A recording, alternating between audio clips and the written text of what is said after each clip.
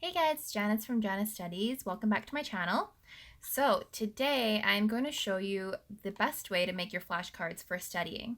So I know flashcards are a really popular method for memorizing materials for your courses, but I find that a lot of people are doing a flashcard method that is not really efficient or effective at all. So today I'm going to show you a different way to do it, which is a lot smarter and more efficient, and you're going to find yourself remembering more material using this method. So let's head on over to our flashcards and I'll show you how it's done. So before you start making your flashcards, you actually want to make sure you already reviewed most of your material. And this is because flashcards are meant to be supplementary to your studies, so you shouldn't be relying it for learning new material. I usually use Quizlet for flashcards, but there are other apps like Anki, which I know is quite popular among med students. I use Quizlet exclusively because it allows you to type in answers, which is pretty useful for me when I do these flashcards. So I'm on the Create a New Study Set page right now. So for our purposes today, we are going to be doing flashcards on the topic of the pathway of blood flow through the heart and structures in the heart like the valves and whatnot.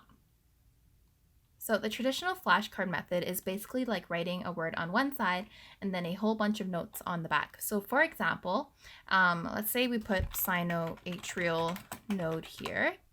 And then on the other side, you would have a bunch of little notes that basically describe what the sinoatrial node is and what it does. And it's nice that Quizlet kind of gives you all of these here. So, this is basically just like taking all your review notes and then just squeezing them onto a smaller size sheet of paper. You might as well not make flashcards at all because this is, I don't know, it's just like regurgitating information and then just putting them into a flashcard format. So why this doesn't work is if you look at the flashcard and you read sinoatrial node, well then you'll be like, okay, like what about the sinoatrial node? You know, you can already see the flaws in this method because it doesn't tell you what you need to know about the sinoatrial node. And there's so many things that you could say about this structure. Now, for my flashcard method, I do a fill-in-the-blank type of a flashcard. So what you want to do is type out what you want to memorize about the sinoatrial node. So for example, the sinoatrial node is located in the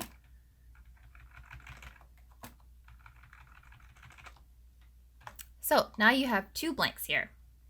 So you would make a blank for the answer for this one, which is basically right atrium. And this method is more interactive and it gives you a prompt to recall the answer, similar to how exam questions will give you prompts to help you answer. So then you would write the answer here as right atrium.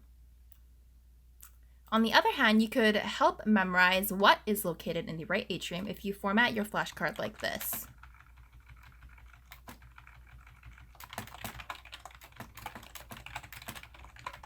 So you would read this flashcard and you'd be like, oh, what is located in the right atrium?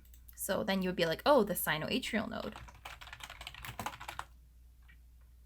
Or you could even take out this blank. You could write in this, which would make it more specific and you would probably recall it more quickly. So then we can do a couple more flashcards like this. Let's say blood flows from the right atrium to the right ventricle through the valve. Then the answer to this would be tricuspid. And then you have, let's say, the atrioventricular valves are attached to papillary muscles via strands of fibrous tissue called the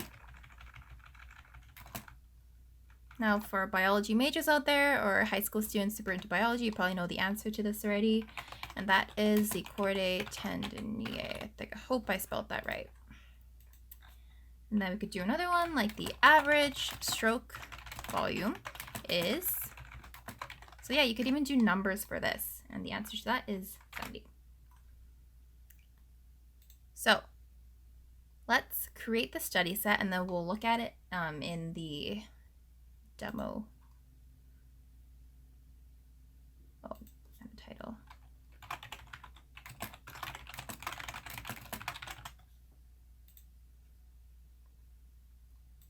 Okay, so we could go like flashcards.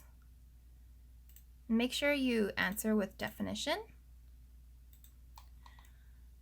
So here is a demo of how the flashcard would work. So I'm going to show you the bad method or the traditional method first. So you see a card that says sinoatrial node. Okay, but what about it? So see what I was saying earlier about it doesn't tell you what you need to know about it. But then here is the fill in the blank card. So let's say the sinoatrial node is located in the, and immediately you know what it's asking you and you know what answer you're going to give. So you would say right atrium. The next one, and then you'd be like, oh, what node is located in the right atrium? Like the sinoatrial node. The next one, blood flows from the right atrium to the right ventricle through the tricuspid valve. The atrioventricular valves are attached to papillary muscles via strands of fibrous tissue called the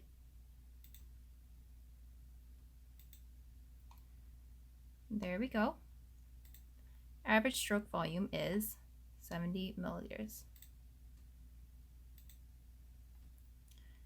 So this is essentially the flashcard method that I use for pretty much all of my courses, like pathophysiology and pharmacology. It is so much more effective, so much more interactive, and I found that with this method, I've been getting quite high marks on all of my exams, like 90s, high 90s even. But for courses where it requires more application type of examinations, I'm not sure that this is for you. So for courses where, you know, rote memorization is needed for passing exams and doing well in them, then definitely give this flashcard method a try, because it has completely changed the way that I study for courses like this. So I hope you guys enjoyed this video. If you do try this flashcard method, please leave a comment below and let me know how you like it and how it works for you. And if you enjoyed this video, please hit the subscribe button and also give this video a thumbs up, and I'll see you guys in my next video. Happy studying!